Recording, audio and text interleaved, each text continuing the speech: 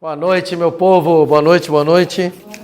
Galera do Presencial Cascavel, boa noite, pessoal do Brasil, tá acompanhando a gente aí. Semana aí de overdose, direito constitucional. Espero, depois eu vou ali ver quem tá ligado aí, viu, cara? Ó, tô de olho aí, ó. Todo mundo ligado, não vamos perder essa semana aí. Semana super importante. A gente trabalhar e finalizar a nossa carga aí de direito constitucional, né? Na aula passada a gente continuou a análise dos direitos fundamentais.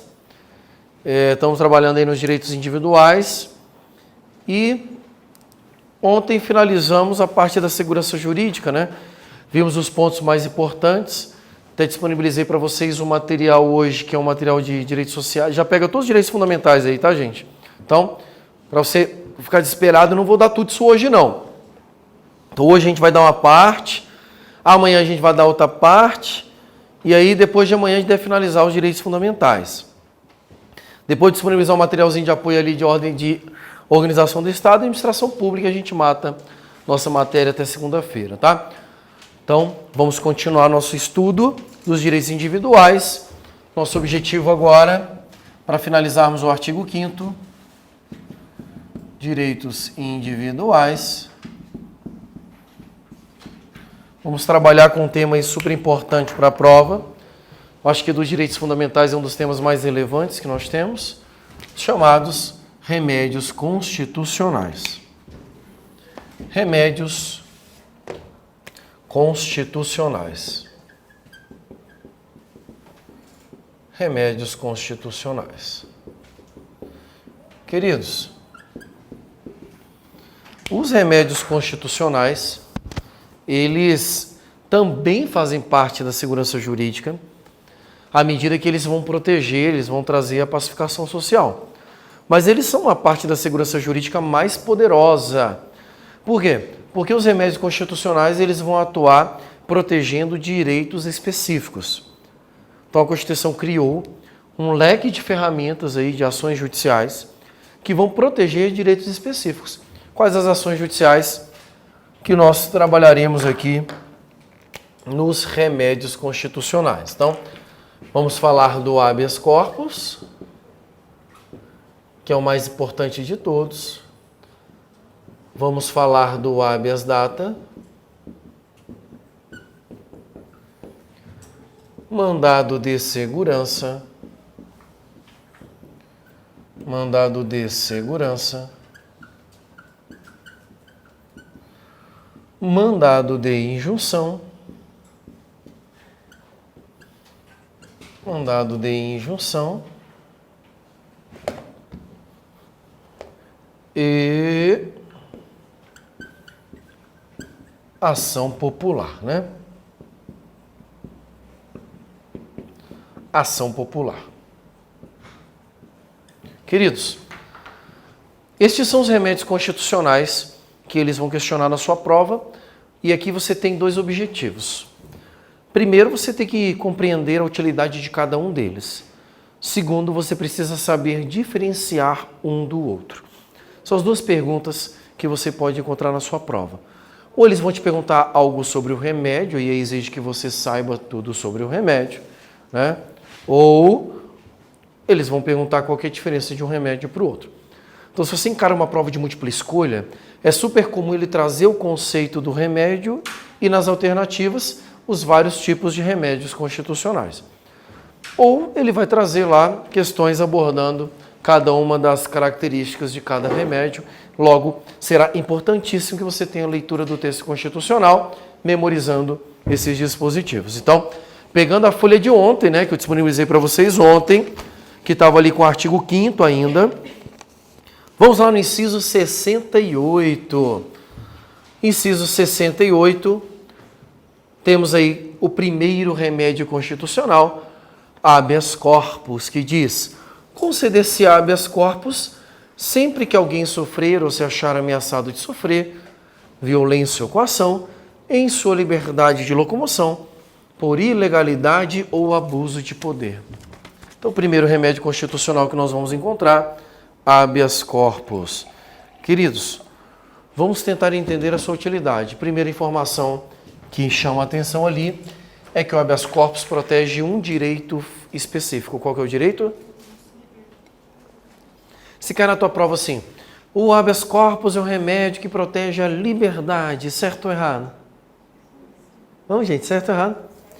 Errado, gente, porque todos eles protegem liberdade. Então não é qualquer liberdade, tá? Habeas corpus é liberdade de locomoção. Guarde sempre isso, tá? Liberdade de locomoção. E é muito fácil enganar o aluno aqui, porque quando a gente pensa em liberdade de locomoção, eu acho que de todas as liberdades que existem, a liberdade de locomoção é a que melhor se traduz na palavra liberdade, concorda? Então é fácil o examinador colocar na tua prova lá simplesmente a palavra liberdade para te enganar, tá? Então você tem que ter muito cuidado com isso aí.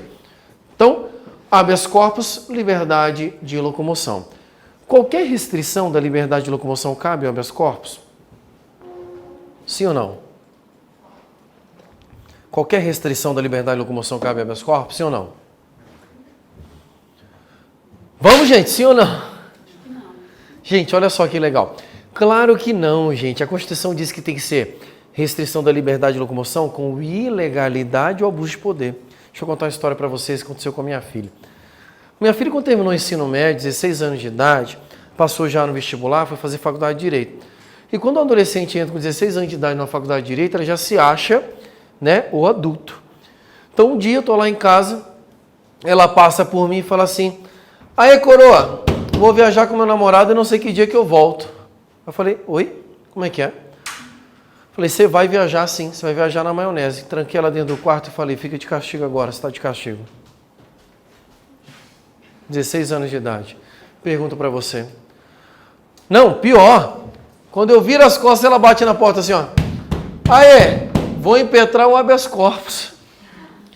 Metida, estudante concurseira, 16 anos, faculdade de Direito, primeira coisa que ela grita, vou impetrar o habeas corpus.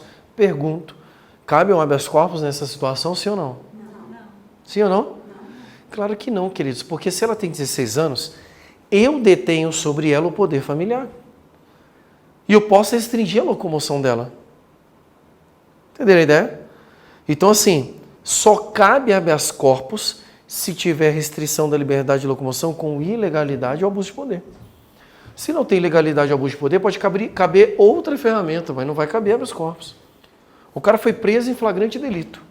Está lá correndo, cometeu crime, foi preso. Tudo bonitinho, observado tudo que está na lei, tudo lindo. Cabe habeas corpus? Não. Se é uma prisão permitida, não cabe habeas corpus. Posso pedir um relaxamento de prisão, posso fazer qualquer outra coisa, mas não habeas corpus. O habeas corpus é quando a liberdade de locomoção for restringida com ilegalidade ou abuso de poder. Guarde isso aqui. Tudo bem? Sim. Tem que ter legalidade ou abuso de poder. Toda questão de prova, ele vai trabalhar exatamente neste ponto. Ele vai inventar uma restrição da liberdade de locomoção, aí ele vai lá, não vai colocar a ilegalidade nem o abuso de poder para tentar te derrubar.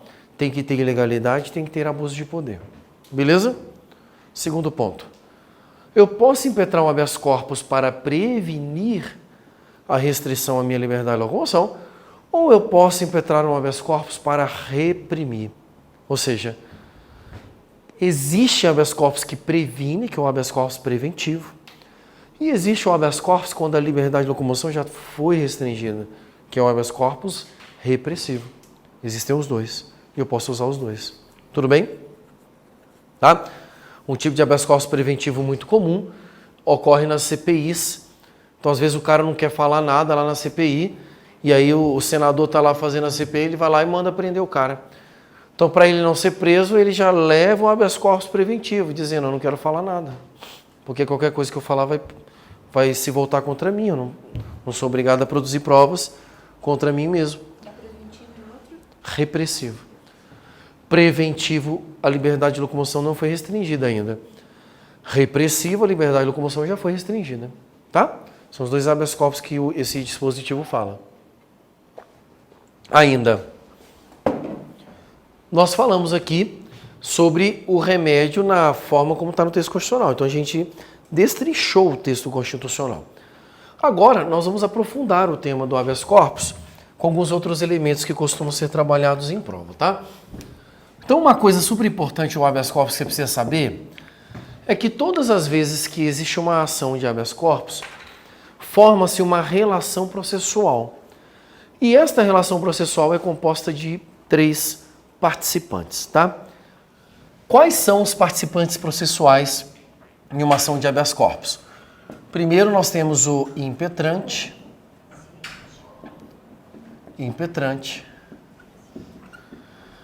Temos o paciente e temos a autoridade coatora. Autoridade coatora. Impetrante paciente, autoridade coatora. Impetrante paciente, autoridade coatora. Queridos, quem que é o impetrante de habeas corpus? É quem entra com a ação. Impetrante é quem ingressa com a ação. Quem que é o paciente? Se o habeas corpus é um remédio, então paciente é quem está doente. Olha como é que é lógico. Paciente é aquele que está com a liberdade de locomoção restringida. Ok? Quem que é a autoridade coatora? A autoridade coatora é aquela autoridade pública ou privada que restringe a liberdade de locomoção do paciente. Todo mundo acompanhou até aqui o raciocínio? Qual que você perdeu, Melinda? Impetrante é quem entra com a ação, quem impetra a ação. Paciente é quem é beneficiário da ação de habeas corpus. É quem está com a liberdade de locomoção restringida. Tá? Paciente é quem está doente, quem precisa do remédio. E a autoridade coatora é a autoridade que foi lá e restringiu a liberdade de locomoção.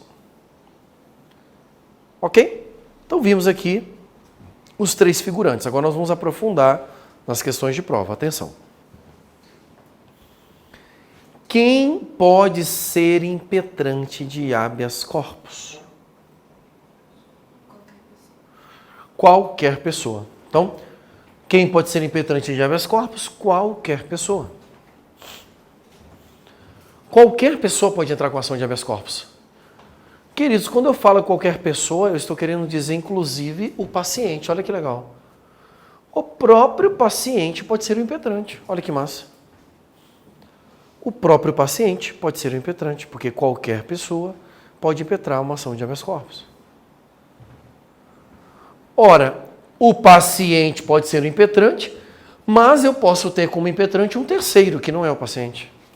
Ou seja, eu posso impetrar um habeas corpus em favor de outra pessoa. Entendeu a ideia? Qualquer pessoa pode impetrar um habeas corpus. Não precisa nem de um advogado. Olha que questão top de prova. Não precisa nem de um advogado. Porque qualquer pessoa pode impetrar um habeas corpus. Não precisa de advogado. O que eu quero dizer é que qualquer pessoa tem a capacidade de postular em juízo com habeas corpus. Então você vai lá, faz a sua petição, leva lá no tribunal, protocola, tudo bonitinho. Não precisa de advogado. O próprio impetrante já tem a capacidade para entrar em juízo com essa ação. Entenderam? Tudo bem? Entenderam qualquer pessoa? Pergunta de prova. Para impetrar um habeas corpus, é possível que um menor de idade impetre um habeas corpus? Sim ou não? Essa é uma pergunta massa, tá, gente? E aí, sim ou não? Não. Vamos lá? Sim? Não? Sim. Não sei. Posso responder amanhã, né? Vale tudo aqui. Então, queridos, menor de idade pode impetrar um habeas corpus? Sim, gente, porque eu falei qualquer pessoa. Qual que é a dificuldade de entender qualquer pessoa? Qualquer pessoa. Olha essa agora. Tá. E se o cara é louco, ele pode impetrar um habeas corpus? Um louco, gente. O cara é louco. Pode impetrar habeas corpus? Sim, gente, porque eu falei qualquer pessoa. Não precisa ter capacidade civil. Qualquer pessoa pode impetrar habeas corpus. Ok? Agora essa é boa, hein, gente? Olha só. Você achou que tinha acabado, né? Olha essa aqui que top. Para impetrar um habeas corpus, É necessário ser um ser humano, sim ou não? Não. Vamos lá, gente. Não. Para impetrar um habeas corpus é necessário ser um ser humano, sim ou não? Não. Que esquisito, né? Claro que não, meus queridos. Por quê? Pessoa jurídica pode impetrar habeas corpus. Olha só que top essa questão para sua prova. Entende pessoa jurídica? Pessoa jurídica é uma empresa. Por exemplo, Focus Concursos Públicos é uma empresa. Ele pode impetrar um habeas corpus. Olha que questão top. Agora eu pergunto. Tudo bem, uma pessoa jurídica pode impetrar um habeas corpus. Pessoa jurídica pode ser paciente de habeas corpus, sim ou não? Não. Sim ou não? Não, gente, porque para ser paciente tem que andar. A pessoa jurídica anda? Não. Não, então não pode ser paciente. Paciente é qualquer pessoa que tenha a sua liberdade de locomoção passível de ser restringida. Sobre o papel que é feito, não é cobrado em prova. Sobre o papel que é feito não é cobrado em prova, o que você quer saber sobre o papel que é feito? Não, pode ser qualquer papel? Pergunta da colega aqui é uma pergunta pertinente. Não cairia numa prova aqui no nível simples, mas é possível. Posso ser em qualquer papel para entrar com habeas corpus? A ação de habeas corpus é desprovida de formalidades processuais. A ideia é que ela seja um remédio de amplo acesso. Então já teve habeas corpus recebido, por exemplo, em papel higiênico. O preso não tinha como impetrar um habeas corpus, não tinha papel, escreveu no rolo de papel higiênico e mandou para o tribunal. Então, não precisa de muita formalidade. O que importa é que você coloque a situação de restrição da liberdade de locomoção, aquilo que está restringindo, qualquer ilegalidade e pronto, já está justificado o habeas corpus. Aí faz o pedido para se livrar solto. Beleza? Tudo bem aqui? Queridos, então já vimos quem pode ser impetrante, já vimos quem pode ser paciente. Quem pode ser autoridade coatora? A autoridade coatora, ela tem que ser uma autoridade pública ou privada? A autoridade pública, eu sei que pode ser, tipo, um delegado de polícia que restringe com ilegalidade a liberdade de locomoção. Agora, uma autoridade privada pode ser autoridade coatora de habeas corpus? Sim ou não? Sim, pode. Sim, meu querido. Então, a autoridade privada também. A autoridade coatora é qualquer autoridade pública ou privada. Um exemplo de autoridade privada que de vez em quando aparece em prova é no caso do diretor de um hospital psiquiátrico. Diretor de um hospital psiquiátrico, o doido termina o tratamento dele, fica normal. Aí o diretor do hospital psiquiátrico fala, não, quero ganhar mais um dinheirinho. E aí não deixa ele ir embora. Restringe a locomoção dele de forma ilegal, com abuso de poder. Habeas corpus. Todo mundo compreendeu até aqui? Dúvidas? Que agora eu vou aprofundar um pouco mais. Tá? Esse é um dos remédios que, quando cobrado, geralmente as bancas adoram trabalhar vários temas bem mais aprofundados, tá? Vamos lá. Queridos, primeiro eu vou trazer umas hipóteses que não cabem habeas corpus, tá? São várias hipóteses que não cabem habeas corpus. A primeira delas cai direto em prova, hein? A primeira delas é em relação à punição disciplinar militar. Segundo a Constituição Federal, no artigo 142, não cabe habeas corpus em punição disciplinar militar. Guarde isso. Segundo a Constituição, artigo 142, não cabe habeas corpus em punição disciplinar militar. Ok? Por quê? A punição disciplinar militar ela é mais rigorosa. Então, no regime militar, que é um regime castrense, ele é mais rigoroso. Então, as pessoas são presas, por exemplo, pelo simples fato de cometer uma infração de natureza administrativa. Tipo, o cara chegou atrasado, pronto, está preso. Olha que loucura. No regime militar isso é permitido. E a Constituição diz que não cabe habeas corpus neste caso. Ok? Entretanto, o STF entende que se a prisão militar for ilegal, aí cabe o habeas corpus. Olha que questão top, hein? Várias vezes já foi cobrado em prova. Então, segundo a Constituição, não cabe habeas corpus em punição disciplinar militar. Mas, segundo o STF, cabe o habeas corpus quando a prisão disciplinar militar for ilegal. Vamos pegar um exemplo. Vamos imaginar que no regime militar, se o cara chegar atrasado, ele fica preso.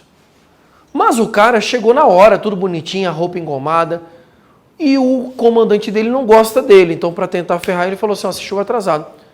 Aí o soldado falou, não, senhor, mas eu não cheguei atrasado. Ah, é? Tá ponderando? Tá preso. Prisão ilegal. Aí cabe.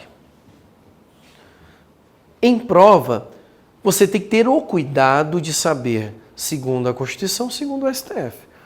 Segundo a Constituição, não cabe habeas corpus em punição disciplinar militar. Segundo o STF, cabe quando ela for ilegal. Guarde isso. Beleza essa primeira hipótese? Tranquilo? Segunda hipótese de não cabimento do habeas corpus. Não cabe habeas corpus em processo administrativo disciplinar, PAD. Não cabe habeas corpus em processo administrativo disciplinar. Não cabe habeas corpus em processo administrativo disciplinar, porque o final do PAD não gera restrição da locomoção do indivíduo. Por isso que não cabe. Quer ver outro que não cabe? Não cabe habeas corpus em pena de multa. Imagina que o cara foi condenado a uma pena de multa, não cabe habeas corpus. Por quê? Porque multa não mexe na restrição da liberdade de locomoção. Faz sentido? Tranquilo?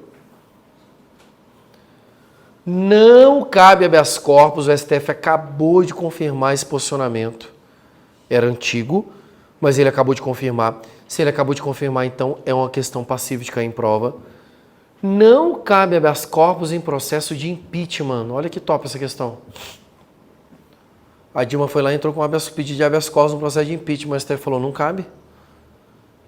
Por que não cabe? Porque o impeachment não gera a restrição da liberdade de locomoção. Só isso. Tudo bem até aqui? Beleza? Então, não cabe habeas corpus em punição disciplinar militar, em multa, em PAD e em impeachment. São situações que não cabem habeas corpus. Agora, vamos na questão mais top de prova. Tem uma situação que não parece que cabe, mas cabe. E ela é top de prova, queridos. Quebra do sigilo da comunicação telefônica ilegal. Lembra da aula de ontem? Quando falamos da quebra do sigilo da comunicação telefônica? Só quem pode quebrar o sigilo da comunicação telefônica, quem que é mesmo? Juiz. Aí, o Ministério Público vai lá e decreta a quebra do sigilo da comunicação telefônica, tornando essa quebra ilegal. Qual que é o remédio constitucional que eu vou usar para proteger? Habeas corpus. Viu que viagem? Não tem nada a ver, não parece que é locomoção, mas o remédio constitucional adequado para impugnar a quebra de sigilo de comunicação telefônica ilegal é o habeas corpus. Por que, Daniel? Porque se eu quebrei o sigilo de comunicação telefônica, lembra quais eram as hipóteses que estavam no quadro ontem da quebra do sigilo de comunicação telefônica? Só posso quebrar o sigilo de comunicação telefônica para instrução processual penal e para investigação criminal? Lembra que qualquer quebra do sigilo da comunicação telefônica tinha que ter um crime envolvido? Ora, se eu tenho um crime envolvido e eu quebro o sigilo, não tem possibilidade do cara ser preso? Pronto, habeas corpus preventivo. Então, o habeas corpus é um remédio adequado para impugnar a quebra do sigilo de comunicação telefônica. Da mesma forma, o habeas corpus é um remédio adequado para impugnar a inserção de provas ilícitas no processo. Habeas corpus é um remédio constitucional adequado para impugnar a inserção de provas ilícitas no processo. Então, imaginemos que tem prova ilícita no processo. Qual ação que eu entro para quebrar essas provas ilícitas? Habeas corpus. Não parece, mas é.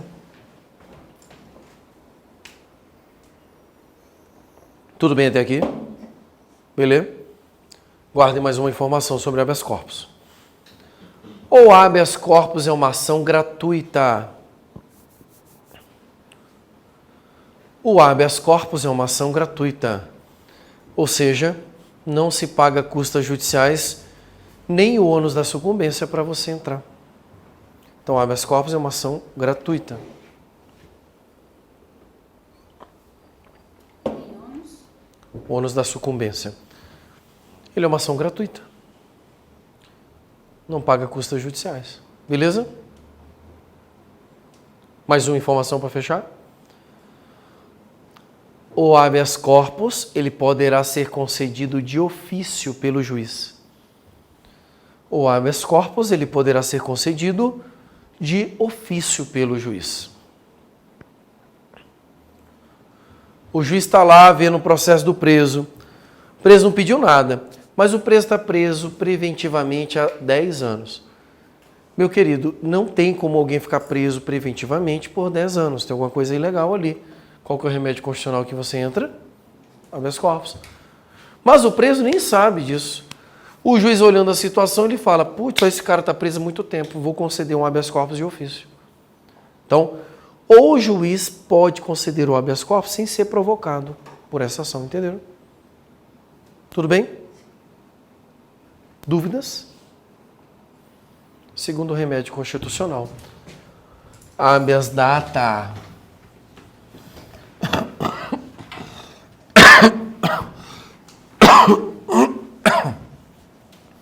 Segundo remédio constitucional, habeas data. Desculpa. Queridos, gostaria que vocês dessem uma olhada comigo no inciso 72. O inciso 72, ele traz o seguinte dispositivo.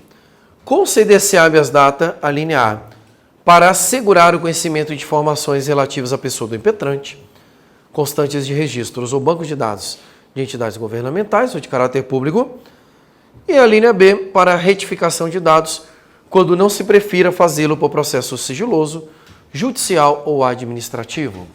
Habeas data. Qual que é o remédio ou qual que é o direito que o habeas data protege? Qual que é? Liberdade de informação. Liberdade de informação. Ou seja, eu ingresso com habeas data todas as vezes que houver restrição da liberdade de informação. Ok? Sim, o nosso câmera caiu no chão. Né, gente? O nosso câmera caiu no chão, mas ele está se levantando e erguendo lá. Ainda bem que ele não mexeu na cama.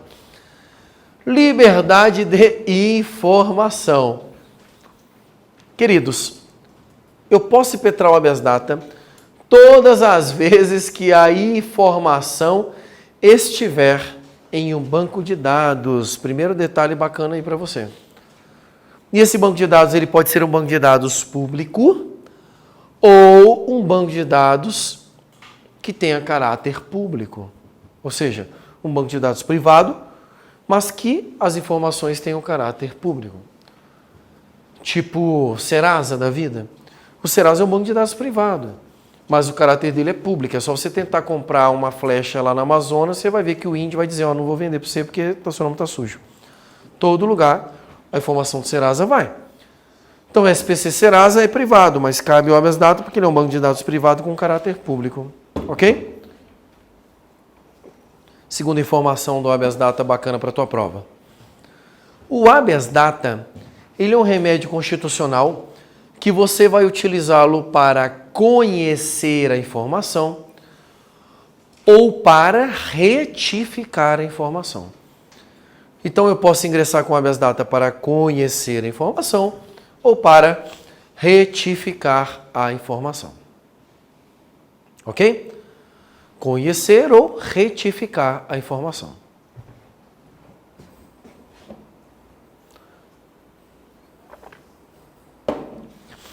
Então, primeira coisa, a informação tem que estar no banco de dados. Segundo, eu quero conhecer ou retificar ela. Terceiro, eu tentei conhecer a informação administrativamente e não consegui. Para entrar com a ação de habeas data, eu preciso comprovar a chamada negativa administrativa.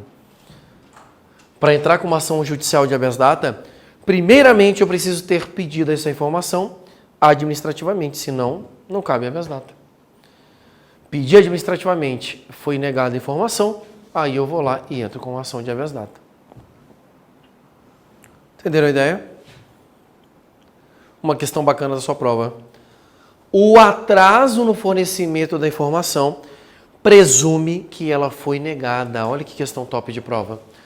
Se o cara não fornecer informação ou ela demorar muito, o excesso de prazo já imputa a negativa presumida. Então eu posso ingressar com uma ação de habeas data só pelo atraso do fornecimento da informação. Ok? Mais uma informação bacana para sua prova. Eu só posso ingressar com habeas data para conhecer informações da minha própria pessoa. Ou seja, só cabe habeas data em favor do próprio impetrante. Só cabe habeas data em favor do próprio impetrante. Tudo bem até aqui? Beleza? Essa é uma questão super bacana sobre o habeas data. Sempre aparece em prova também. Guarde essas possibilidades, essas características que eu tenho certeza que você vai passar na sua prova. Mais duas informações para a gente fechar. Queridos, para entrar com habeas data precisa de advogado, sim ou não? Sim ou não? Sim, queridos, preciso. O habeas corpus não precisa de advogado, mas habeas data precisa. Ok? Segundo,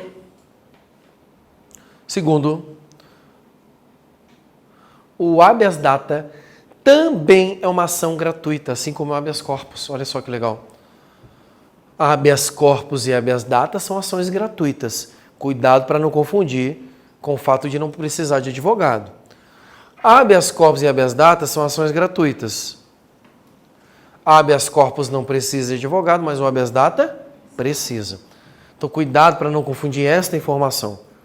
Então, o habeas corpus e o habeas data têm uma informação em comum e uma informação diferente. Comum. As duas ações são gratuitas. Diferentes. Habeas corpus não precisa de advogado e habeas data precisa. Ficou claro isso aqui?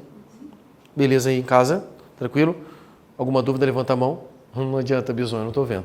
Mas daqui a pouco você manda lá no nosso chat, tá? Posso avançar? Terceiro remédio constitucional, mandado de segurança. Mandado de segurança. Queridos, o mandado de segurança, remédio constitucional amigo do concurseiro. Mandado de segurança é o remédio constitucional amigo do concurseiro. Todas as vezes que a vida do concurseiro na caminhada ali para aprovação tiver algum problema provocado por ilegalidade ou abuso de poder. Vamos ver aqui. Inciso 69. Inciso 69 diz assim, queridos. Conceder-se-á mandado de segurança para proteger direito líquido e certo, não amparado por habeas corpus ou habeas data, quando o responsável pela ilegalidade ou abuso de poder for autoridade pública ou agente de pessoa jurídica no exercício de atribuições do poder público. Mandado de segurança. Meus queridos, qual o direito que o mandado de segurança protege? Vamos lá? Qual que é? Direito líquido e certo. Direito líquido e certo. Daniel, o que é direito líquido e certo? Direito líquido e certo é aquele direito claro, óbvio, é aquele direito de tão claro que não resta nenhuma dúvida sobre ele. Querem ver um exemplo? Imaginemos que vocês sejam aprovados no concurso público em primeiro lugar. Né? E aí você no primeiro lugar, o que você faz quando você passa no concurso em primeiro lugar? Primeiro, vai lá na Honda e já compra aquele Honda Civic que era o seu sonho de consumo durante toda a vida, que você ficava invejando da vizinha, né? Aí você compra lá aquele Honda e aí você fala, moço, sabe o que é? É que eu passei no concurso, eu sou o primeiro lugar, vou ser nomeado. Na hora que você fala isso, o cara já pega, já te trata de forma diferente. Já vem o massagista, começa a massagear assim nas suas costas, tá, gente? Cafezinho e tal. Aí você sai de lá, tô feliz. Moça, tem como financiar isso aqui 120 vezes sem entrada? Ah, primeiro, tem como colocar para 120 dias para você resguardar, né, gente? Falta nomeação ainda.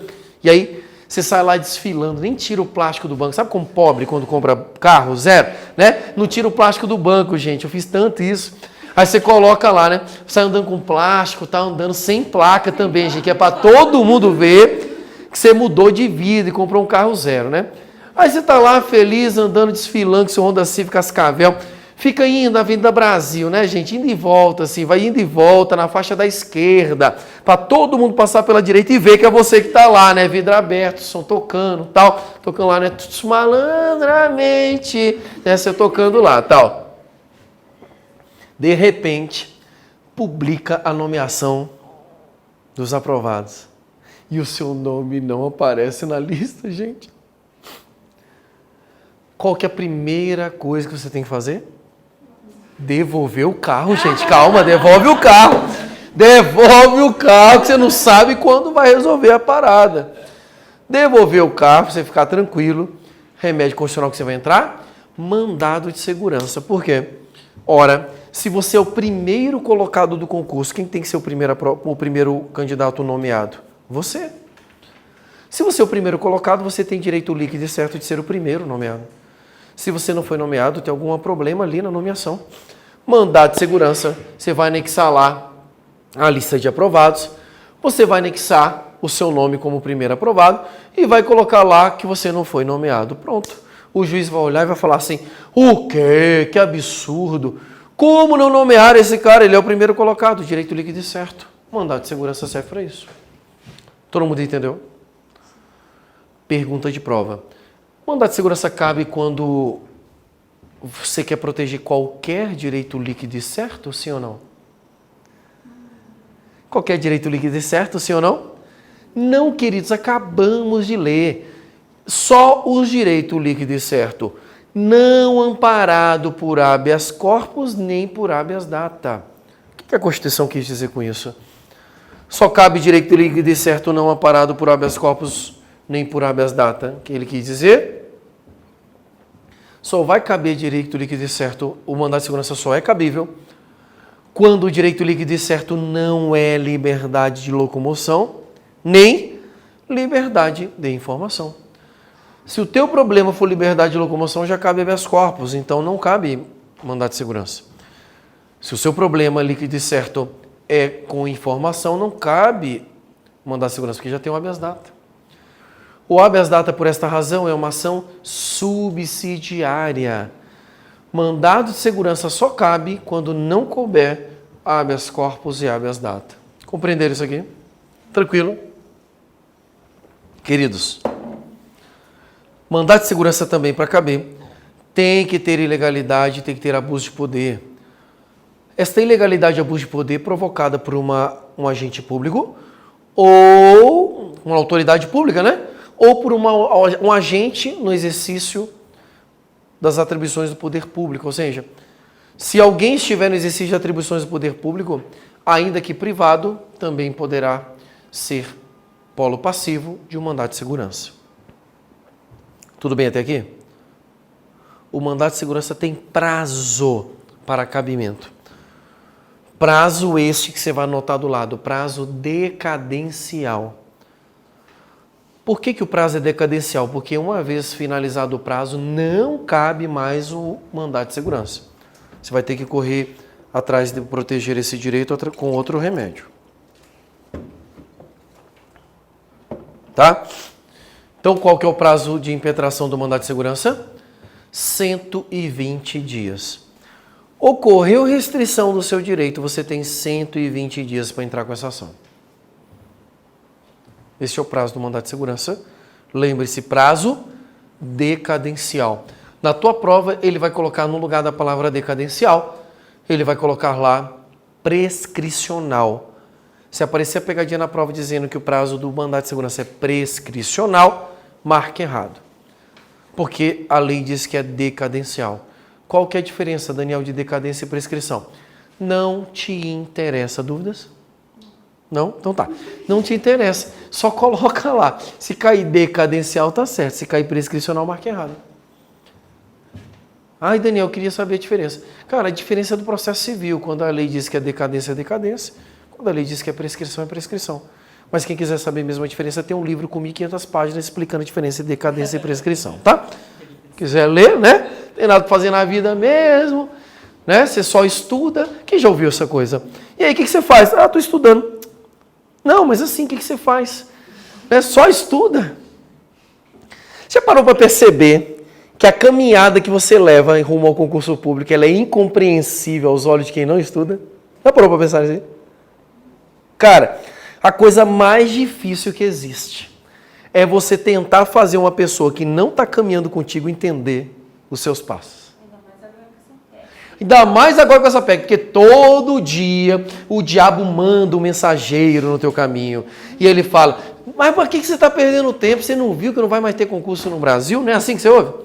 Cara, vou dizer para vocês, a pessoa que mais me desanimou a fazer concurso público foi minha mãe. Acreditam nisso? Foi minha mãe. Tadinha, ela nem sabia o que ela estava fazendo. Sabe por que ela não sabia o que ela estava fazendo? Porque não pertencia à vida dela. Não pertencia ao mundo dela. Agora eu te pergunto, minha mãe me odiava? Não, minha mãe me amava. E esse é o pior de você entender, sabe por quê? Porque as pessoas que atravancam o teu caminho são as pessoas que mais te amam. Não é foda um negócio desse, cara. Olha só que merda. Sabe o que eu fiz? Eu transformei toda aquela energia negativa da minha mãe, que me amava. Ela não estava me dando energia negativa, mas eu tive que transformar. Ela não sabia o que ela estava fazendo. E eu transformei em potência de agir. Quando minha mãe falava assim, você nunca estudou na vida, rapaz, você sempre foi vagabundo, agora achou que vai passar numa prova. Minha mãe falava isso para mim. Sabe o que eu fiz? Eu falei, achei. Agora eu vou passar numa prova. Quando eu passei no meu primeiro concurso, que foi a Polícia Militar, eu todo feliz, todo orgulhoso. A primeira pessoa que eu queria mostrar era para quem? Para minha mãe, porque eu falei, agora, olha aqui, quero ver o que ela vai falar. Aí a minha mãe soltou a seguinte frase. Ah, mas PM qualquer um passa. Nossa, velho. Foi facada no estômago, cara. Doeu, velho. Foi foda. Mas sabe o que aconteceu? Com o tempo, a minha vida melhorou tanto por causa do concurso público, porque eu consegui comprar meu carro, eu consegui comprar minha casa, eu nunca precisei de R$1 dos meus pais.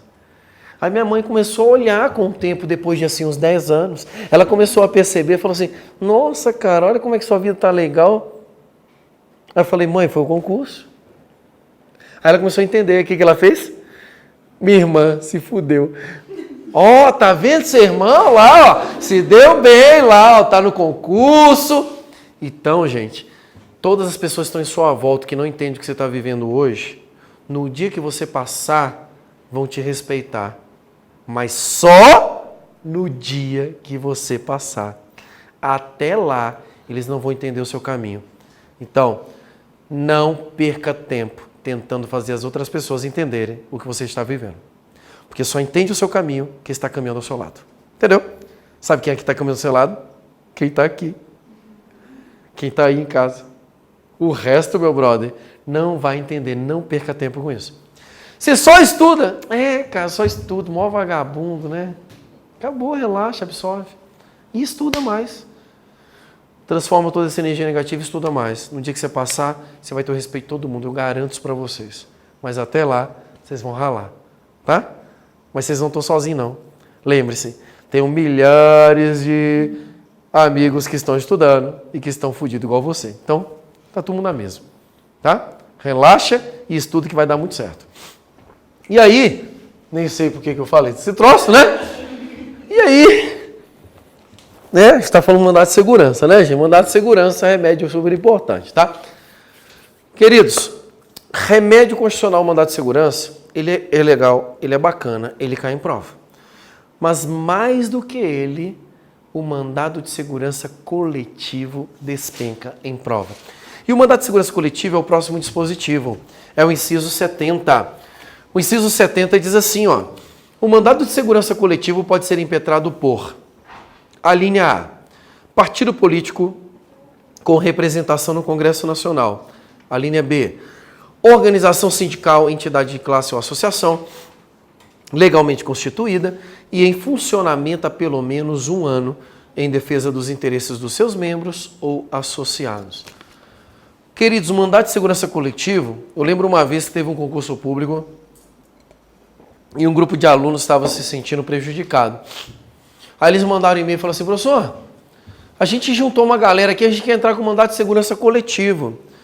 Então, assim, cuidado, tá? Mandato de segurança coletivo não é juntar uma galera e entrar. Mandato de segurança coletivo só pode ingressar com essa ação quem é legitimado. Tem que estar nessa lista que acabamos de ler. Se a instituição não está nessa lista aí, ele não pode entrar com mandato de segurança coletivo. Então, sugestão, decorem esta lista. Queridos, quem são os legitimados? Primeiro, partido político. Qualquer partido político pode ingressar com mandato de segurança coletivo? Sim ou não? Qualquer partido político? Não, querido, só partido político com representação aonde? No Congresso Nacional. Olha a pergunta que já caiu em prova. O que é representação no Congresso Nacional? O Congresso Nacional não tem 2 casas? Câmara e Senado? O que significa representação no Congresso Nacional? É um representante em cada casa ou basta um em qualquer uma das casas? Basta um representante em qualquer uma das casas do Congresso Nacional para você preencher o requisito representação no Congresso Nacional, entenderam? Todo lugar que aparecer na Constituição dizendo aqui tem que ter um representante do Congresso Nacional, partido político com representação no Congresso Nacional, basta um representante em qualquer uma das casas. Beleza? Depois nós temos aí organização sindical, entidade de classe, associação legalmente constituída em funcionamento há pelo menos 1 ano. Guardem, este requisito de pelo menos 1 ano de funcionamento só será exigido das associações. Nem o partido político precisa ter 1 ano, nem a organização sindical, nem a entidade de classe precisa ter 1 ano. Só as associações é que precisam comprovar o ano de existência e de funcionamento para poderem impetrar com mandato de segurança coletivo. Ficou claro isso aqui? Beleza? Podemos avançar? Memorize o mandato de segurança coletivo, os seus requisitos e os seus legitimados, porque eles sempre caem em prova. Vamos lá? Mandado de injunção. Mandado de injunção. Queridos, mandado de injunção, previsto aí no artigo 71, inciso 71 do artigo 5º. O inciso 71 diz assim, conceder-se-á o mandado de injunção sempre que a falta de norma regulamentadora torne inviável o exercício de direitos e liberdades constitucionais e das prerrogativas inerentes à nacionalidade, à soberania e à cidadania. Conceder-se-á mandado de injunção. Qual é o direito que o mandado de injunção protege? Qual que é? Esse é o único dispositivo que você lê e não entende porcaria nenhuma que está escrito ali.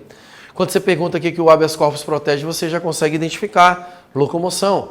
Quando você vê o habeas data, liberdade de formação. Quando você vê o mandado de segurança, direito líquido e certo. Mas se pergunta mandado de injunção, todo mundo trava. Então, cuidado. O mandado de injunção, ele é um remédio constitucional utilizado para dar efetividade àquelas normas constitucionais de eficácia limitada. Normas constitucionais de eficácia limitada, relembrando a aula faz 6 meses atrás, né? Norma de eficácia limitada é aquela norma que depende de lei para produzir efeitos. Viu como é que começou a lembrar? Norma de eficácia limitada é aquela norma que depende de lei para produzir efeitos. Quando que o mandado de injunção entra em cena? Quando eu tenho uma norma constitucional de eficácia limitada que não foi regulamentada ainda pela lei e, por isso, ela não produz efeitos práticos, remédio constitucional, mandado de injunção. Logo, o mandado de injunção, ele servirá para suprir a falta de norma regulamentadora que torna inviável o exercício de direitos e de prerrogativas constitucionais. Então, o mandado de injunção serve para suprir a falta de norma regulamentadora que está tornando inviável o exercício de alguns direitos fundamentais. Então, o mandado de injunção serve para isso. Eu entro com essa ação para que o resultado dela supra a ausência de norma regulamentadora que está tornando inviável o exercício dos meus direitos. Até este ano, não existia nenhuma lei regulando o mandado de injunção. E como funcionava no Brasil o mandado de injunção? Nós tínhamos o posicionamento estruturado no Supremo Tribunal Federal. Só que agora, no meio do ano, entrou em vigor a lei do mandado de injunção, que é a Lei 13.300. Como ela é nova e ela está começando a aparecer em prova agora, eu preciso primeiramente mostrar para vocês o posicionamento que o Supremo Tribunal Federal adota no julgamento do mandado de injunção. E, em seguida, eu vou mostrar o que a lei trouxe de novidade, tá? Então, vamos lá.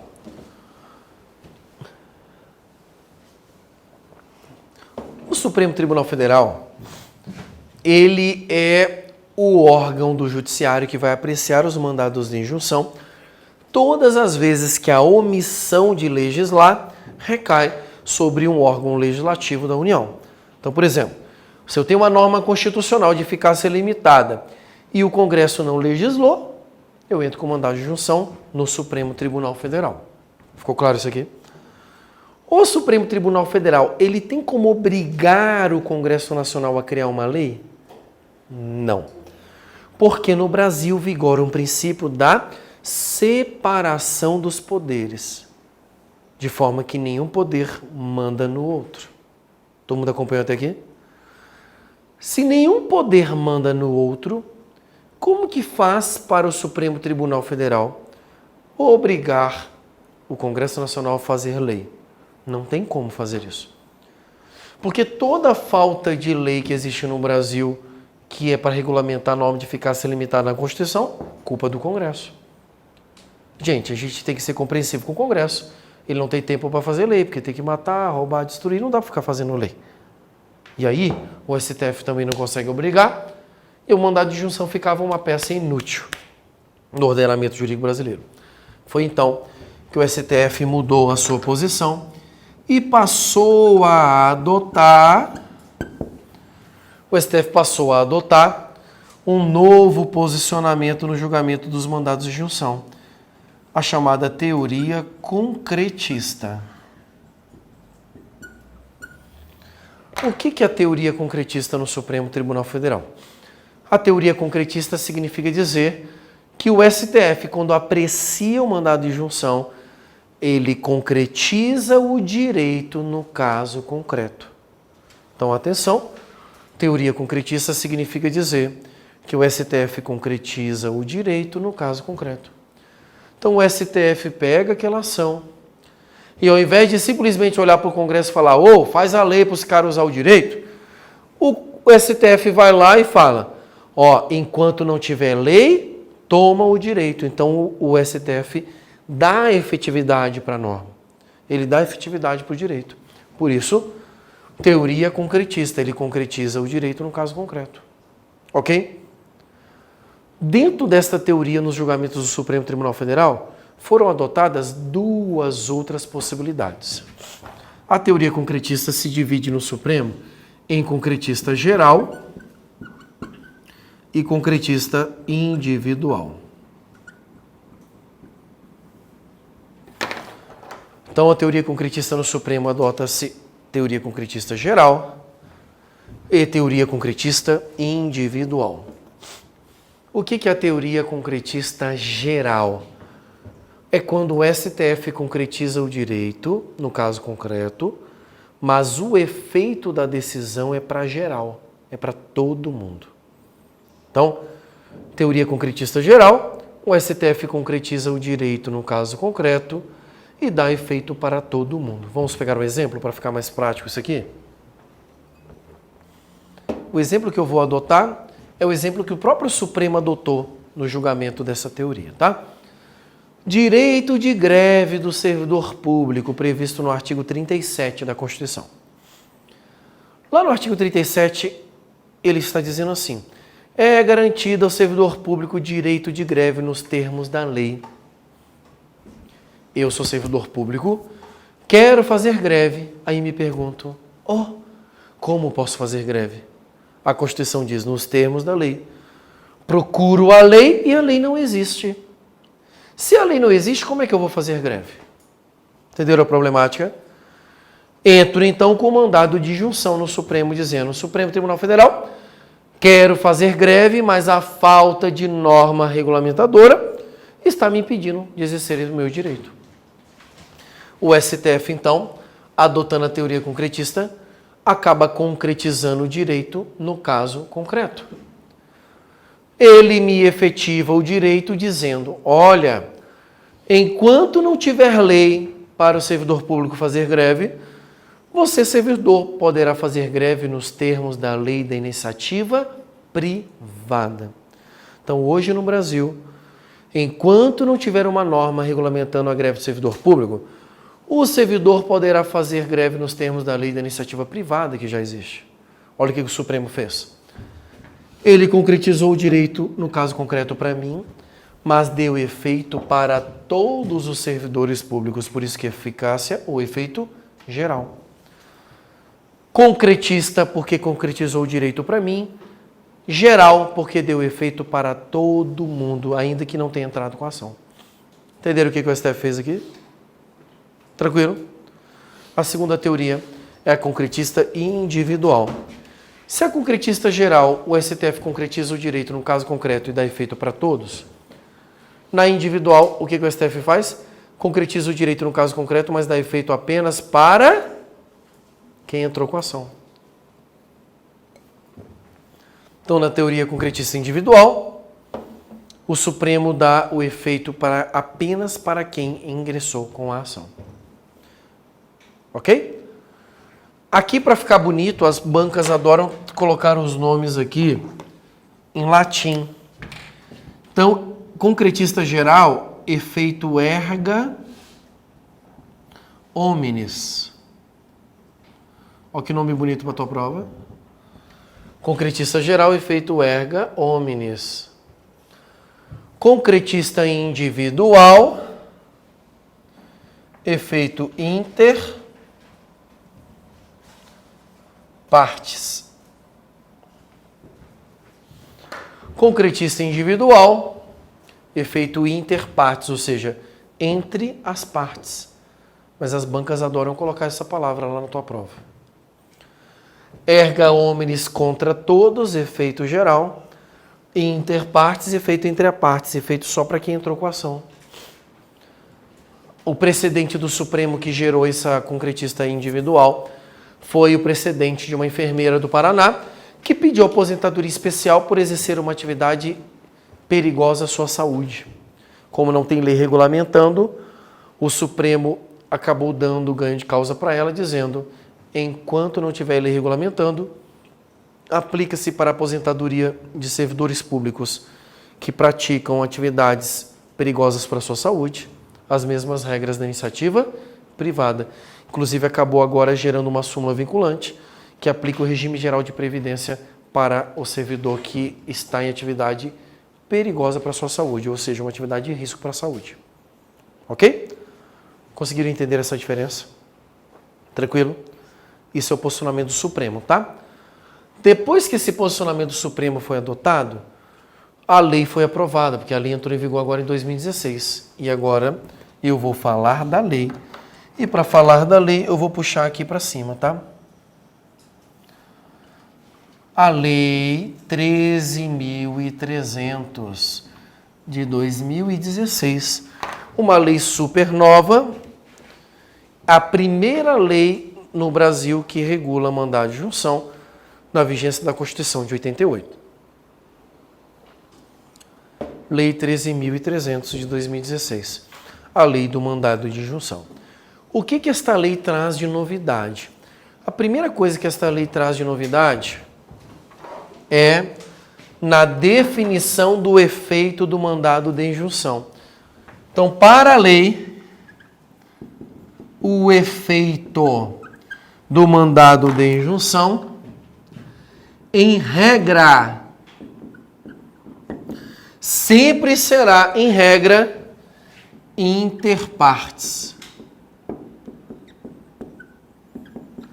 Olha o que eu estou falando. O efeito segundo a lei do mandado de injunção, que é depois do posicionamento do STF, tá? A regra agora do mandado de injunção é que o efeito é inter partes, ou seja, só será beneficiado pelo mandado de injunção quem entrou com a ação, efeito só entre as partes. Todo mundo compreendeu isso aqui? Queridos, essa é a regra. Mas a própria lei permitiu a exceção. E a exceção será o efeito erga omnes. Então, regra do mandado de injunção a partir de agora no Brasil, efeito inter partes, exceção, efeito erga omnes. Todo mundo entendeu até aqui? Tranquilo? Tranquilo até? Essa é a primeira grande novidade que a lei traz. Segunda novidade está no mandado de injunção coletivo. Segunda novidade no mandado de injunção coletivo. Até a vigência desta lei, quem podia entrar com mandado de injunção coletivo? Os mesmos legitimados do mandado de segurança coletivo. Entenderam? Então, até a vigência da lei, quem que podia ingressar com mandado de injunção coletivo? Os mesmos legitimados do mandado de segurança coletivo. Quem são os legitimados do mandado de segurança coletivo? Acabamos de ver, gente. Vamos lá? Partido político com representação no Congresso Nacional, organização sindical, entidade de classe e associação legalmente constituída em funcionamento há pelo menos um ano. Até a vigência da lei, só essa galera podia entrar com ação. A partir da lei, quem que pode entrar com mandado de injunção coletivo? Primeiro, a galera do mandado de segurança coletivo. Então, eles permaneceram, tá? Então, os legitimados do mandado de segurança coletivo podem ingressar com mandado de injunção coletivo. Mas a lei ampliou o rol. Olha que legal, meus queridos, isso aqui é top para prova, hein? Se isso não cair no próximo concurso que você fizer, eu mudo de nome, cara. Olha só. Ministério Público. Ministério Público. E Defensoria Pública.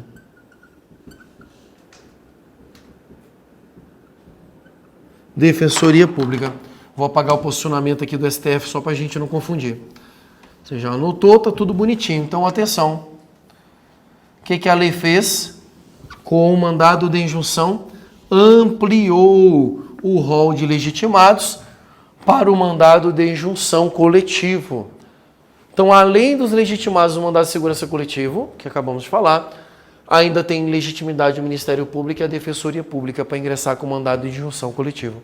Questão que não vai cair em prova, filho, vai despencar em prova. Até porque essa lei é super nova e agora que ela está começando a cair em prova. Alguma dúvida até aqui? Podemos avançar? Tranquilo? Queridos, aqui eu finalizo o mandado de injunção com aspectos aí bem relevantes para a sua prova. Vamos agora falar do último remédio constitucional, ação popular. Último remédio constitucional, ação popular. Queridos, ação popular. A ação popular está prevista aí no artigo 5º, inciso 73, que diz assim, ó: qualquer cidadão é parte legítima para propor ação popular que vise anular ato lesivo ao patrimônio público ou de entidade que o Estado participe, à moralidade administrativa, ao meio ambiente, ao patrimônio histórico e cultural, ficando o autor, salvo comprovada má-fé, isento de custas judiciais e do ônus da sucumbência. ação popular. Quais são os pontos relevantes da ação popular que você precisa saber? Primeiro ponto relevante da ação popular. Qualquer pessoa pode entrar com essa ação? Não. A Constituição falou que só pode entrar com essa ação quem é? Cidadão. E ser cidadão não significa ser qualquer pessoa. Ser cidadão não significa ser qualquer brasileiro. Ser cidadão significa ter direitos políticos. Então, só pode ingressar com a ação popular quem tem direitos políticos. Pergunta de prova. Camarada com 16 anos de idade que tenha tirado o título de eleitor pode entrar com a ação popular? Sim ou não? Sim ou não? Sim, queridos, porque essa é a prerrogativa, ser cidadão, ter direitos políticos. Ok? Ministério Público pode ingressar com ação popular, sim ou não? Vamos, gente, sim ou não? Hã? Não, gente, porque o Ministério Público não é cidadão, olha, né? Mas tem um detalhezinho importante aqui. Se o cidadão ingressar com essa ação, por exemplo, para proteção do patrimônio público, e o cidadão desistir da ação, o Ministério Público pode ir lá e dar continuidade para ela. Tá? Então o Ministério Público não pode ingressar com a ação, mas ele pode dar continuidade se o cidadão desistir dela. Tá? E para que serve a ação popular? A ação popular, ela serve para a fiscalização do poder público. Ela é um desdobramento do direito político e permite ao cidadão fiscalizar a atuação do poder público no que tange a moralidade administrativa, o patrimônio histórico-cultural, a preservação do meio ambiente. É para isso que serve a ação popular, para fiscalizar o poder público. E o legal é que o cidadão, quando entra com essa ação, não arca com custas judiciais nem ônus da sucumbência. Não arca se entrar de boa fé. Porque se entrar de má fé, de sacanagem, só para queimar a imagem do cara que ele está dizendo que está fazendo caca, aí ele pode sim arcar com as custas judiciais e com ônus da sucumbência. Ficou claro isso aqui? Tranquilo? Essa é a ação popular. É o que eu tinha para falar para vocês sobre este remédio. Alguma dúvida? Não? Se não temos dúvidas, vamos fechar as questõezinhas que eu coloquei para vocês naquele papelzinho de ontem. Temos várias questões. Aqui já fechando questões do artigo 5º. Porque aqui a gente mata o artigo 5º. E aí eu quero pegar umas questões que nós não fizemos ontem.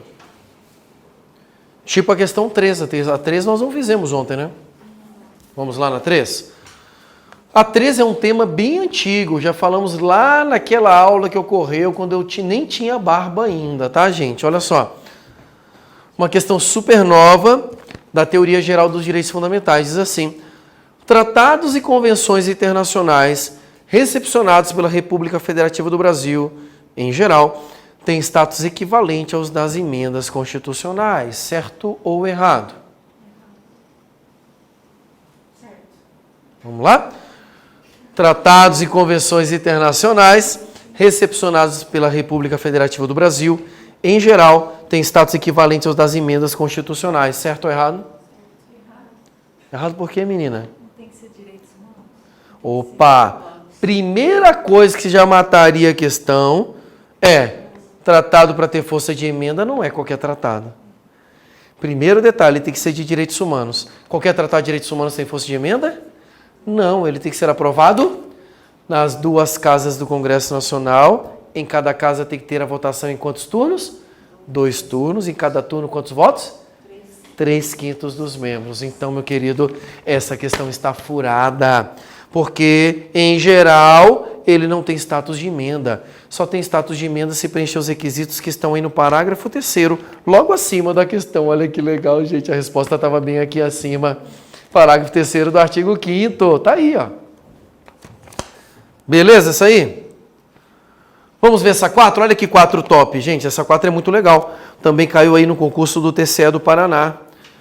Os direitos e garantias individuais previstos no texto constitucional não são assegurados apenas às pessoas físicas brasileiras e estrangeiras residentes no país, alcançando também as pessoas jurídicas, como, por exemplo, no reconhecimento de indenização por danos morais por violação à imagem. Certo ou errado isso? Uia!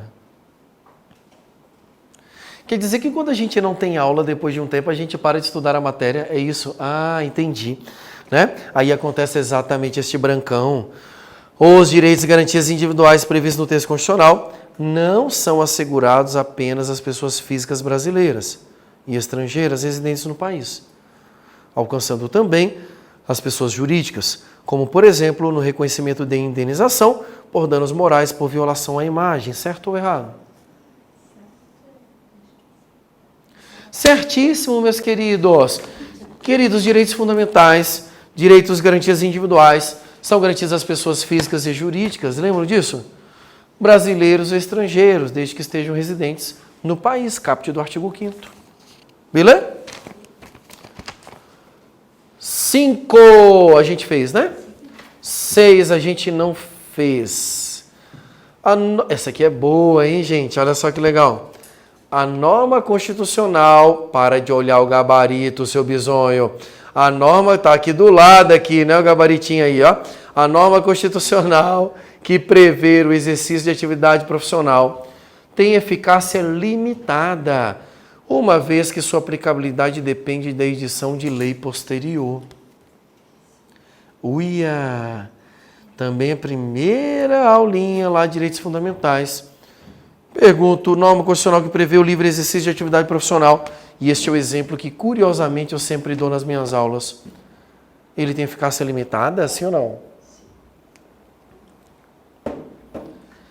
Não, meus queridos, este exemplo é um exemplo de norma de eficácia contida.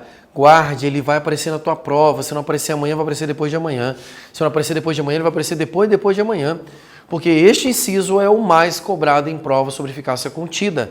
É o inciso do artigo 5º, inciso 13. Liberdade de escolha da profissão. Norma de eficácia contida. Beleza?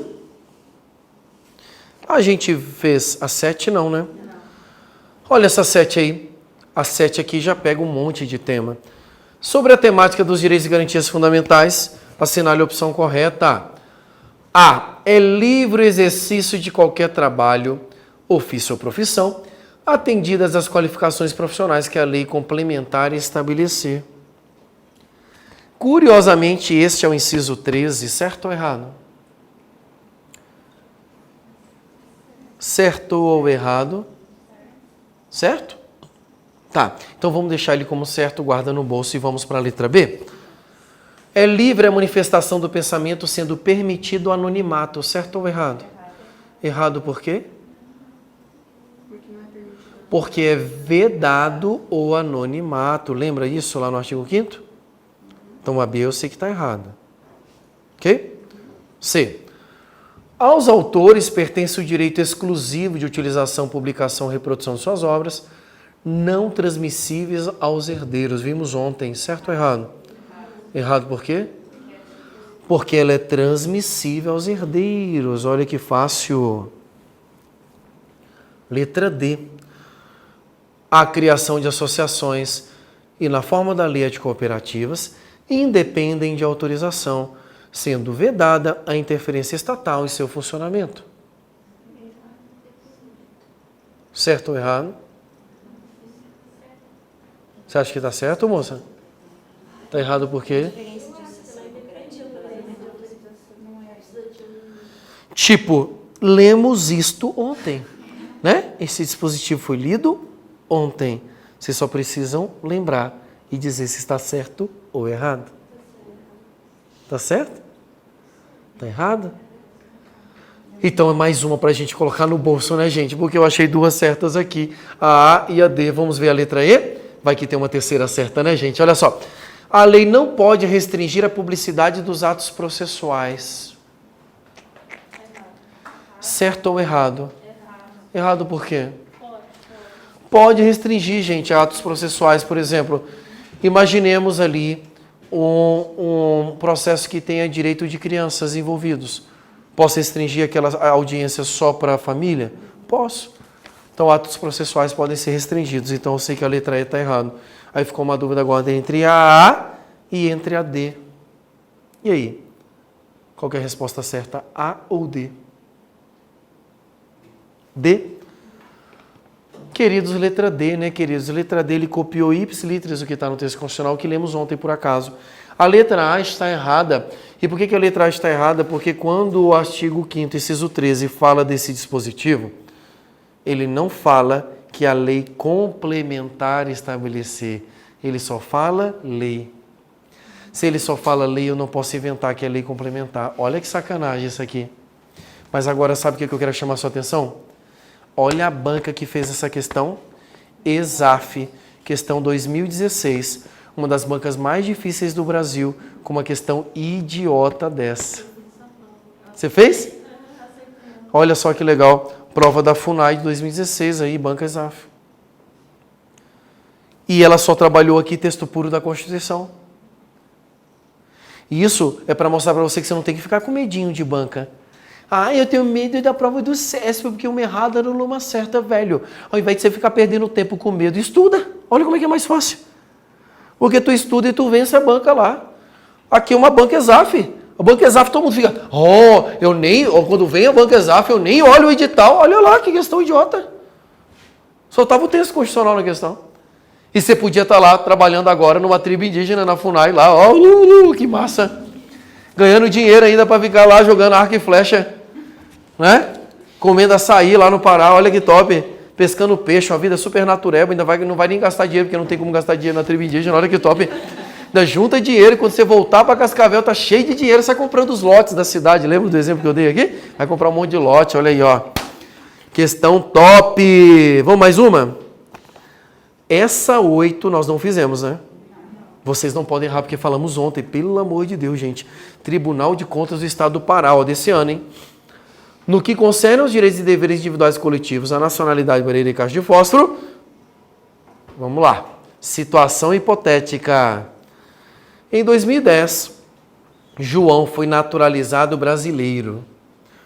E em 2012, se envolveu em tráfico ilícito internacional de entorpecentes. Devido a essa infração penal, determinado país requereu a sua extradição. Assertiva.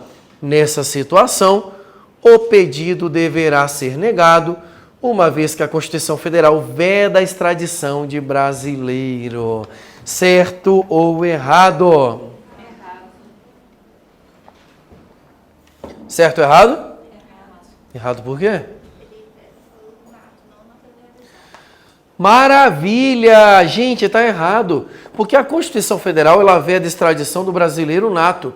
A do naturalizado, ela permite a extradição em 2 casos. Quais são os 2 casos? Crime comum antes da naturalização ou tráfico de drogas. E tanto faz se foi antes ou depois. O que ele praticou aqui? Tráfico ilícito internacional de entorpecentes. Foi em 2012, foi depois da naturalização dele. Então ele pode ser extraditado sem problema. Viu que questão top? Questãozinha com caso concreto, muito legal para a nossa prova, né? Beleza? Vamos mais uma? 9. Essa 9 também nós não fizemos, né? A 9 diz assim, queridos. Edinaldo soube por um amigo que determinada empresa pública estadual mantinha em seu poder diversas informações relativas à sua pessoa que seriam incorretas. Ato contínuo, procurou um advogado e solicitou esclarecimentos de como deveria proceder para retificar os dados incorretos. Ai, ai, ai, hein? Viram o problema? Acabamos de falar isso, vamos lá. À luz da sistemática constitucional brasileira, assinale a afirmativa correta. Letra A. Edinaldo deve impetrar o mandado de segurança, quer tenha solicitado a retificação de dados à autoridade administrativa, quer não. Certo ou errado?